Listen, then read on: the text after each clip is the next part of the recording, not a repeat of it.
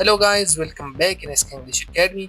SST general test preparation के सिलसिले में आगे बढ़ते हुए छोटी सी वीडियो मगर बहुत ही अहम टॉपिक को आज हम डिस्कस करने वाले हैं, जिसमें हम इमेजरी, कॉनोटेशन एंड डेनोटेशन को आसान अल्फाज में सीखने की कोशिश करेंगे। तो चलिए वीडियो को शुरू करते हैं। तो चलिए फर्स्ट ऑफ ऑल इमेजरी को देख लेते हैं। इमेजरी का माना है तस्वीरी मंजर। इमेजरी से मुराद वो अल्फाज या जुमले हैं जो जहन में तस्वीरी मंजर पैदा करें, यानी जब हम कोई बात पढ़ते हैं या सुनते हैं ऐसा लगे जैसे हम वो अपनी आंखों से देख रहे हैं या सुन रहे हैं या महसूस कर रहे हैं, तो इसको इमेजरी कहते हैं। Imagery means to use figurative language to represent objects, actions, and ideas in such a way that it appeals to our physical sense.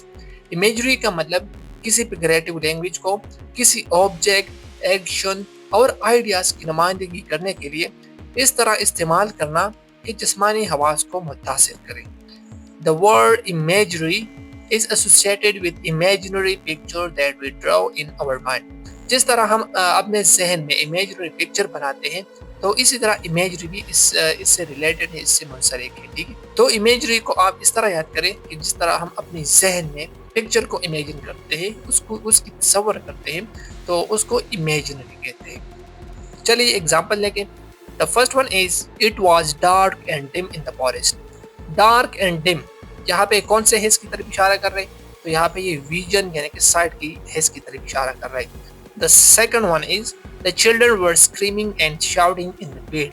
तो यहाँ पे screaming and shouting यानी कि चीखना कौन से हिस्स की तरफ इशारा कर रहे हैं? तो ये hearing के हिस्स की तरफ इशारा कर रहे हैं। Third one is he smelled the aroma of coffee. Smelled and aroma यानी कि खुशबू को सूंघना किसकी तरफ इशारा कर रहे हैं? तो यहाँ पे sense of smell की तरफ इशारा कर रहे हैं। आगे है imagery in poetry कि शायरी में इमेजरी को किस तरह इस्तेमाल करता है। तो ये लाइंस विलियम वर्ड्सवर्थ के नज़म द डैफोडिल से लिए गए हैं। चलो इसको पढ़ते हैं। When all at once I saw a crowd, a host of golden daffodils. In lines में विलियम वर्ड्सवर्थ ने बसारत यानी कि विजन से मुतल्लक, साइट से मुतल्लक एहसास को इस्तेमाल किया है। यानी जब हम इन लाइंस को पढ़ते हैं तो हमारे जहन में एक ऐसा मंजर बन रहा होता है कि सुनहरे डैफोडिल्स के फूल झील के किनारे पर है। Alright guys, आगे है connotation and denotation. First of all हम connotation को देखेंगे। Connotation से मुराद किसी लफ्ज़ का जज्बाती मतलब होता है, यानी वो एहसास या तसर जो वो लफ्ज़ लोगों के जहन में पैदा करता है, तो उसको connotation कहते हैं। On the other hand, denotation का मतलब किसी लफ्ज़ का असली, ज़ाहिरी या लग़वी मतलब होता है, यानी वो मानी जो डिक्शनरी में लिखे हुए होते हैं और जिनमें कोई जज्बाती पहलू शामिल नहीं होता, तो इसको डेनोटेशन कहते हैं।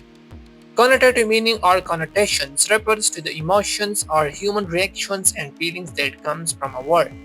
Connotation का मतलब वो जज्बात और इंसानी रिएक्शंस और एहसासात हैं जो किसी लफ्ज़ से आते हैं या जो किसी लफ्ज़ से हासिल किए जाते हैं, तो उसको connotation कहते हैं।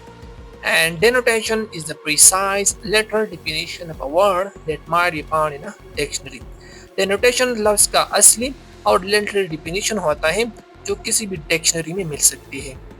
तो अभी एग्जांपल से समझिए। If you look up the word snake in a dictionary, अगर आप किसी भी डिक्शनरी में snake वर्ड को सर्च करते हो तो इसका denotative meaning ये आएगा: any abnormal scaly, legless, sometimes venomous reptiles having long tapering cylindrical body and found in most tropical and temperate region.